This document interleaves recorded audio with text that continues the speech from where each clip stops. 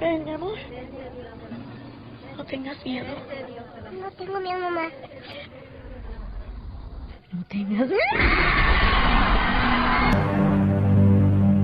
Christina Lopez, kita sebut saja Tina. Ia adalah seorang reporter asal Meksiko. Ibunya meninggal saat melakukan sebuah ritual. Ia kemudian dibawa ke Amerika dan dibesarkan di panti asuhan. Perjalanannya kembali ke kampung halaman tak lain untuk meliput beberapa suku dan budaya desa Veracruz. Namun tanpa ia ketahui, tempat yang didatanginya adalah tempat terlarang bernama La Boca. Dan inilah The Old West 2020.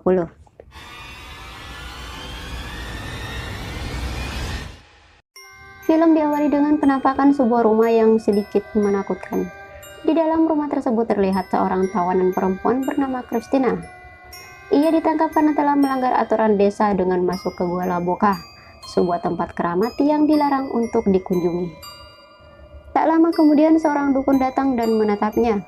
Ia berkata pada putranya bernama Javi bahwa iblis telah bersarang di tubuh Tina. Mendengar itu Javi langsung memaksa Tina minum susu kambing. Tina yang mulai frustasi berusaha memutuskan rantai di kakinya, namun semuanya sia-sia. Ia terus dibayang-bayangi saat pertama kali masuk ke Gua La Boca. Dan tiba-tiba, ternyata itu hanya mimpi. Namun Tina bisa mendengar suara-suara aneh dari gua tersebut. Keesokan paginya, sepupunya bernama Miranda Flores menemuinya. Mira berkata bahwa iblis telah bersarang di tubuhnya. Jelas saja Tina tak percaya karena ia merasa baik-baik saja. Ia meminta sepupunya agar segera membantunya melepaskan diri. Sayangnya Mira tak bisa memenuhi permintaan Tina. Ia meminta Tina agar mengikuti aturan adat di desanya dengan cara melakukan ritual pengusiran iblis dari tubuhnya. Karena semua usahanya gagal, Tina pun memohon agar tasnya dikembalikan. Atas permintaan Mira, Javi pun mengembalikan tas Tina. Ketika Mira dan Javi sedang berbicara di luar, Tina menyembunyikan tas kecilnya. Telepon berbunyi, Javi mendengar panggilan telepon tersebut dan segera merampas HP Tina. Namun sebelumnya Tina sempat memberitahu rekan kerjanya bernama Carson bahwa ia telah diculik dan disandra.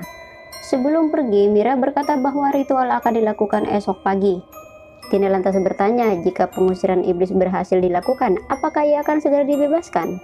Mira tak menjawabnya.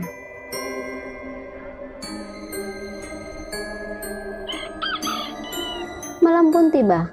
Masih kesal dengan sepupunya, malam itu Tina mengeluarkan tas kecilnya yang ternyata berisi jarum suntik dan serbuk putih. Sembari menikmati narkoboy, ia teringat saat Carlson melarangnya meliput di kampung halamannya karena khawatir Tina kembali teringat kejadian di masa lalunya yang kita lihat di awal scene tadi. Keesokan paginya ritual pun dimulai. Tina yang baru tersadar kaget mengetahui kaki dan tangannya terikat dengan tubuh yang diolesi darah.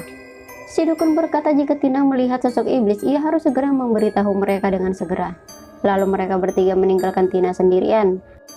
Tak lama kemudian dari sela-sela jendela muncul beberapa ekor ular hitam menuju ke arah Tina.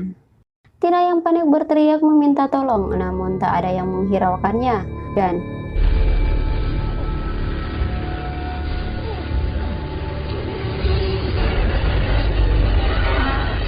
satu iblis berhasil dikeluarkan. Tapi tetap saja Tina tak percaya kalau itu adalah iblis. Malam berikutnya Tina kembali mengkonsumsi narkoboy. Ia kembali teringat pada ibunya dan mengalami halusinasi. Dan tiba-tiba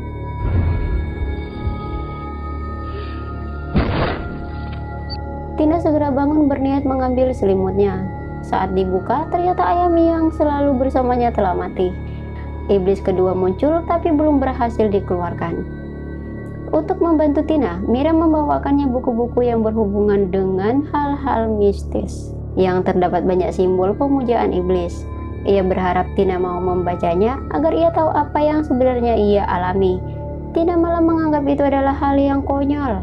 Mira lantas menyinggung kematian ibu Tina yang tak bisa diselamatkan karena iblis. Hal itu membuat Tina kesal dan tanpa sengaja melukai tangan Mira dengan kukunya. Kejadian ini pernah terjadi pada Tina saat ia masih kecil, di mana ibunya tanpa sengaja melukai tangan Tina. Mira pun berkata, ini bukanlah dirimu yang sebenarnya. Menyesal akan perbuatannya, ia pun mulai membaca buku yang telah ditandai oleh Mira.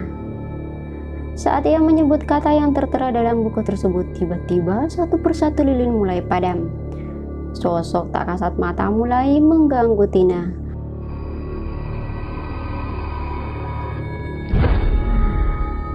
Keesokan harinya Mira datang membawakan sebuah kotak yang berisi jimat milik Tina saat ia masih kecil yang diberikan oleh nenek mereka. Jimat tersebut dipercaya sebagai pelindung dan penangkal roh jahat. Ia berharap dengan benda tersebut bisa melindungi Tina dari iblis yang ingin menguasai tubuhnya. Namun tiba-tiba sikap Tina berubah, mulai dari tatapan mata dan cara berbicara. Ia juga meremas boneka jimat miliknya. Javi muncul membawakannya susu kambing. Ritual kedua kembali dilanjutkan, namun kali ini terbilang ekstrim, berbeda dengan sebelumnya, di mana dukun akan melakukan operasi cenayang. Operasi tersebut hanya akan dilakukan menggunakan tangan kosong.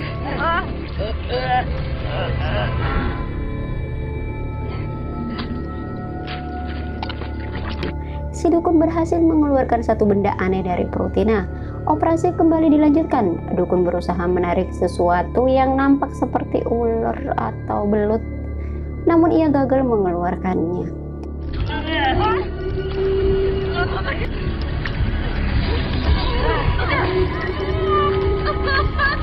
Setelah kejadian itu, Tina teringat bahwa orang-orang yang membawanya ke rumah dukun adalah sepupunya sendiri, Miranda. Melihat serangan Tina, Mira segera kabur dari ruangan tersebut. Malam pun tiba.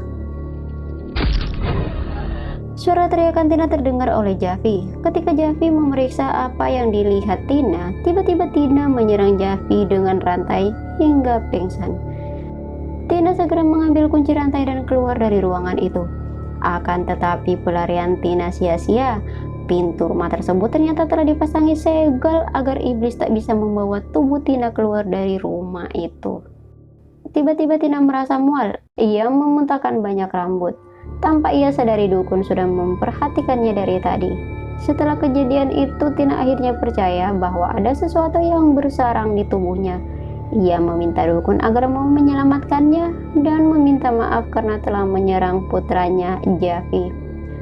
Mereka berdua berbagi susu pertanda Javi telah memaafkan Tina. Mereka pun berbaikan. Tina tak lagi dirantai. Ia juga mulai rutin mempelajari buku-buku yang diberikan sepupunya. Ia juga membersihkan ruangannya dan membuang barang haramnya. Singkat cerita, pengusiran terakhir pun akan segera dilaksanakan. Segala keperluan mulai disiapkan. Ia bahkan mendokumentasikan sebelum ritual dimulai dan saat ritual berlangsung. Malam pun tiba. Pada momen ini, dukun akan mengeluarkan segala kemampuannya karena iblis yang akan mereka hadapi adalah iblis yang sangat kuat. Ketika kedua tangan kakinya dipaku, Tina menjerit kesakitan. Tubuhnya mulai naik ke udara. Ingatannya kembali saat ibunya mengalami hal serupa. Dari luar rumah nampak bocah yang selama ini mengikuti keluarga Tina. Bocah tersebut juga pernah ia lihat di gua dan sekitar rumah dukun mengawasi Tina. Yang ternyata bocah itu adalah jelmaan dari iblis penghuni Laboka. Tina terkena serangan dari iblis di bagian matanya. Suasana semakin mencekam. Para iblis mulai menampakkan wujudnya dan menyerang mereka. Pertarungan dukun versus iblis pun tak terhindarkan lagi. Dengan sisa kekuatannya, dukun berhasil menghancurkan jantung iblis. Dan akhirnya semua iblis berhasil dikeluarkan dari tubuh Tina, meskipun harus dibayar dengan nyawa dukun. Setelah kematian ibunya, Javi memutuskan pergi dari kampung halamannya. Sementara Tina dan Mira sedang ngobrol soal rencana Tina selanjutnya. Tak lama kemudian Carson menelpon. Ia berkata akan segera menjemput Tina, namun Tina melarangnya. Sembari menunggu Tina, Mira memeriksa kondisi lukanya. Bukannya sembuh, luka tersebut malah semakin parah. Saat kembali, Tina kaget melihat Mira telah dirasuki iblis, yang ternyata sang dukun tak sempat menghancurkannya. Yang jadi masalah adalah Javi telah pergi dan dukun telah meninggal. Dengan terpaksa, Tina lah yang harus melakukan ritual pengusiran. Dengan sedikit ilmu yang ia pelajari dari buku dan petunjuk roh dukun, Tina berhasil mengusir iblis tersebut. Willy, Mawisi, Ivan, si Polsika.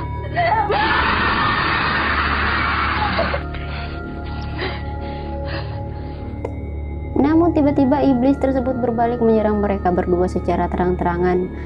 Merasa muak dengan teror iblis, Tina memberanikan diri menghadapi iblis tersebut dengan tangan kosong.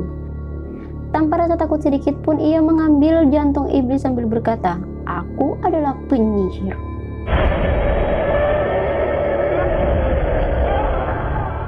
Keesokan harinya semua kembali normal. Tak lama kemudian beberapa warga datang membawa tawanan seorang pria yang kedapatan masuk ke gua Laboka, yang ternyata itu adalah Carson. Tina menyambutnya layaknya seorang dukun dan berkata, "Iblis merasukimu." Carson terkejut melihat perubahan Christina. Ia menganggap Tina sakit. But we got you some milk. Dan tamat. Oke, sampai di sini dulu cerita hari ini. Jika suka dengan video ini, boleh minta like-nya. Sampai jumpa lagi di film-film berikutnya. Wassalamualaikum warahmatullahi wabarakatuh.